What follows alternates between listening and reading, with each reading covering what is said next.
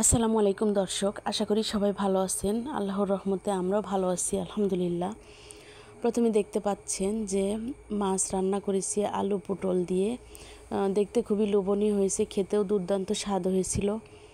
তো এই রেসিপিটা আমি কিভাবে করেছি চলুন আপনাদের সাথে শেয়ার করি। আপনারা মনোযোগ দিয়ে ভিডিওটি দেখতে থাকুন, কোথাও কাট করবেন না, কাট করলে বুঝতে পারবেন না।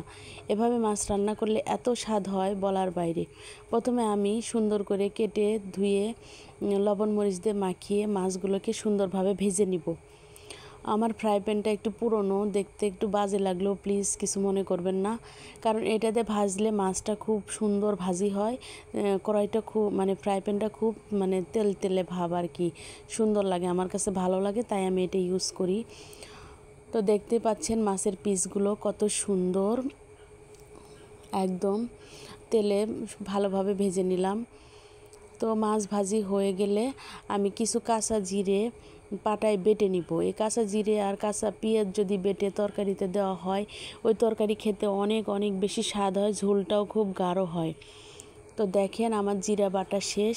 এখন আমি কিছু পরিমাণ মতো পেঁয়াজ কুচি বেটে নিব। এটা ব্লেন্ড করলে এত টেস্ট আসে না, পাটায় বাটলে যে পরিমাণে টেস্ট আপনি পাবেন। তো আমি সবসময় পাটায় বেটেই তরকারি রান্না করি।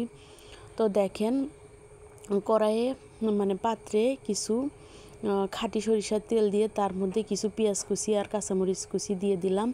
এটাকে সুন্দরভাবে নাড়তে থাকবো যতক্ষণ পর্যন্ত একটু ব্রাউনি ব্রাউনি ভাব আসে না, ততক্ষণ পর্যন্ত। যখন ব্রাউনি ভাব চলে আসবে তখন এটার মধ্যে বেটে রাখা জিরে আর পেঁয়াজ যে বেটে রেখেছিলাম ওইটা দিয়ে দিব।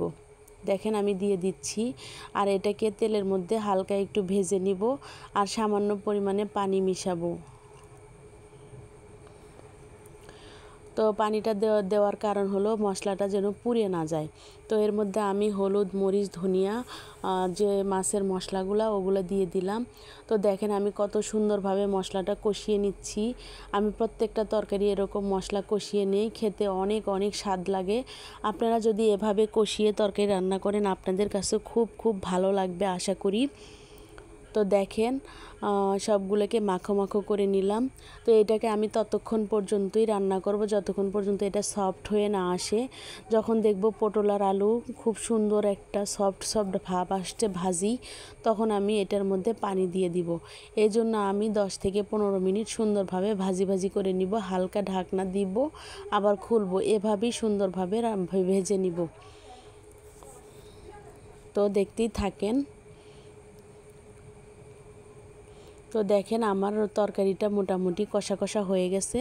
তো এটার মধ্যে আমি সামান্য পরিমাণে একটু পানি দিয়ে দিব, এই তরকারিটা সিদ্ধ হওয়ার জন্য।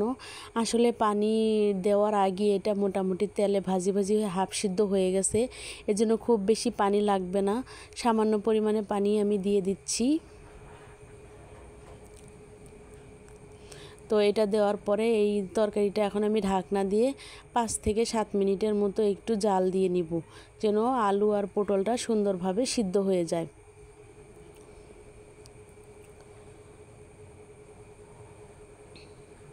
তো দেখতেই থাকেন। তো যখন সিদ্ধ হয়ে যাবে তখন এর মধ্যে ভেজে রাখা মাছগুলোকে দিয়ে দিব। দেখেন আমার তরকারিটা ফিরে আসলাম 10 মিনিট পরে, দেখেন হয়ে গেছে। এর মধ্যে এখন আমি ভেজে রাখা মাছগুলোকে দিয়ে দিব একটা একটা করে, যেন মাছগুলো না ভাঙে, উপর দিয়ে আরামসে দিয়ে রাখবো।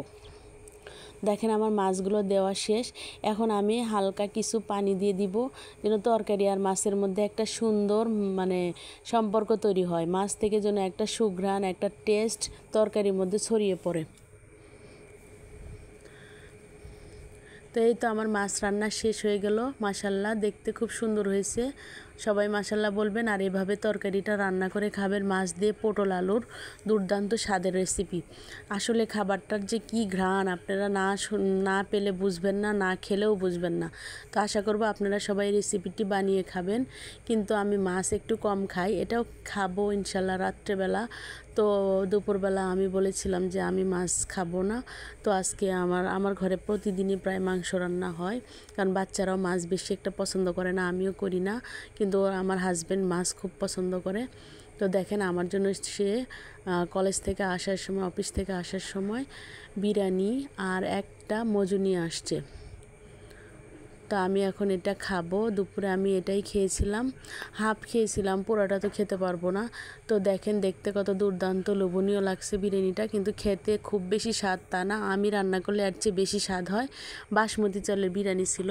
ধন্যবাদ সবাইকে আমার ভিডিওটি দেখার জন্য। আসসালামু আলাইকুম। তো দেখেন বিরিয়ানিটা প্রায় হয়ে গেল, মানে খাওয়া হয়ে গেল মোটামুটি, আপনাদেরকে একটু দেখাচ্ছিলাম। আশা করব আপনাদের আমার ভিডিওটি অবশ্যই ভালো লাগবে।